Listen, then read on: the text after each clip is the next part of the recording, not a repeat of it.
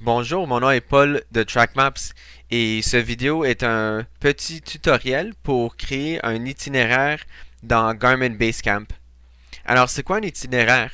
Ben, c'est une façon de dire que je veux commencer au point A et terminer au point B et ensuite le transférer au GPS afin qu'on puisse suivre cet itinéraire sur le GPS en temps réel dehors, où on aime ça. Donc, la première chose à faire, c'est ouvrir Garmin Basecamp. Si vous ne l'avez pas encore installé, je vais mettre un lien dans la description ci-bas. Et c'est gratuit du site web de Garmin et c'est assez facile à utiliser. Donc, la première chose à faire pour créer un itinéraire, c'est cliquer sur l'outil Nouvel itinéraire. C'est en haut ici à gauche avec les trois carrés verts. Quand vous cliquez dessus, parfois vous allez avoir un dialogue qui va se présenter. Vous pouvez tout simplement fermer cette boîte.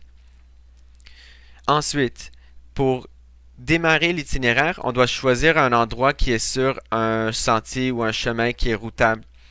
Donc, ici, on a une carte de motoneige du Québec. Donc, je vais cliquer ici au début.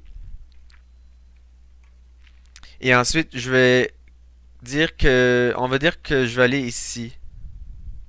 Donc, ça va créer l'itinéraire en rose, comme vous pouvez le voir. Et on peut continuer cet itinéraire le plus qu'on veut. Donc, je vais continuer ici sur le sentier. Et dès qu'on aura terminé, une fois qu'on a décidé que c'est ça qui va être l'itinéraire, on va peser sur la touche échapper sur le clavier. Donc là, on vient de finaliser l'itinéraire.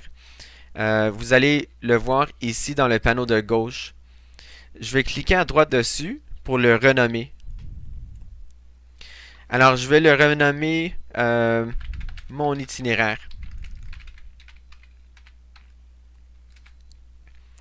Et une fois qu'on sera prêt à le transférer au GPS, on doit évidemment brancher le GPS à l'ordinateur ou brancher, si vous avez une carte micro SD, brancher ça dans l'ordinateur.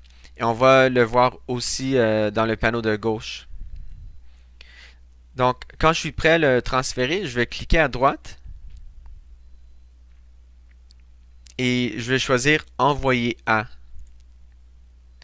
Et on va voir, dans mon cas, c'est un GPS.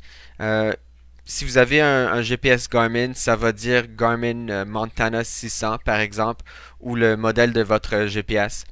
Donc, juste à choisir Données utilisateur et peser sur OK.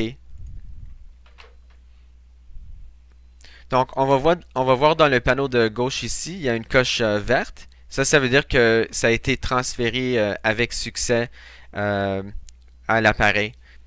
Donc, j'espère que vous avez aimé ce tutoriel et on a d'autres vidéos à vous montrer, par exemple, comment créer un waypoint et comment utiliser ces outils-là dans le GPS.